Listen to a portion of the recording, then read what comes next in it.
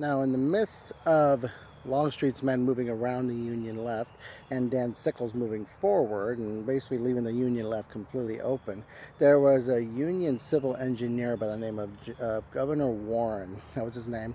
And he actually scouted the two rocky hills to the south and saw that they were completely unoccupied and said, "We got to do something about this. We need to do something about this now." And this is shortly before Longstreet got in position. And so he got on the word to Meade and to Hancock, and actually got the Union 5th Corps in position. And he got particularly on a little rocky hill holding the far left of the Union line. They placed a brigade of the 5th Corps called Vincent's Brigade, and under them were some boys they were the 16th Michigan, 44th New York, 83rd Pennsylvania, and the 20th Maine Regiment. They were holding the extreme left of the Union line, and they got in position a full 10 minutes before Longstreet began its attack in that area. That was how close it was on the south end of the battlefield at that point, where meanwhile the Big Rocky Hill was completely unoccupied. So what happened with the 20th Maine, it was commanded by a college professor. His name was Joshua Lawrence Chamberlain.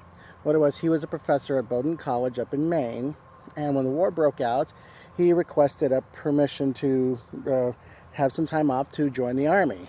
They said no.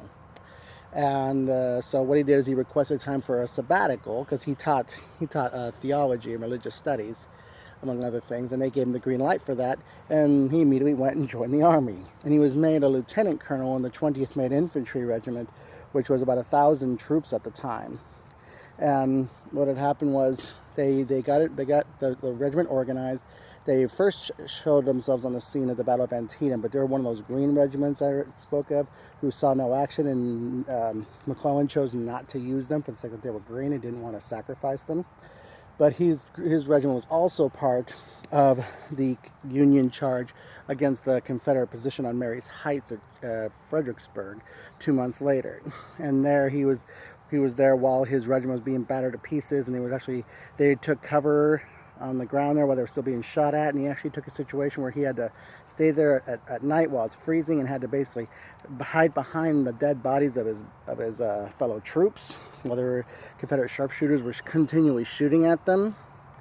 And then after the Battle of Chancellorsville, he was made the full commander of the 20th Maine Regiment after the Commander General Ames was moved to the 11th Corps. And so he was actually put in charge of that particular area, and he was told by Colonel Vincent, who was the brigade commander, "You are the extreme left. In putting my own words, you are the end of the line. You must hold." And putting in my own words, he said, "If you leave, this entire line will be flanked. This whole army will be taken from the rear if you leave. You must defend to the last." That was a position that Colonel Chamberlain was placed in at around this time on this date in 1863. So more on that to come.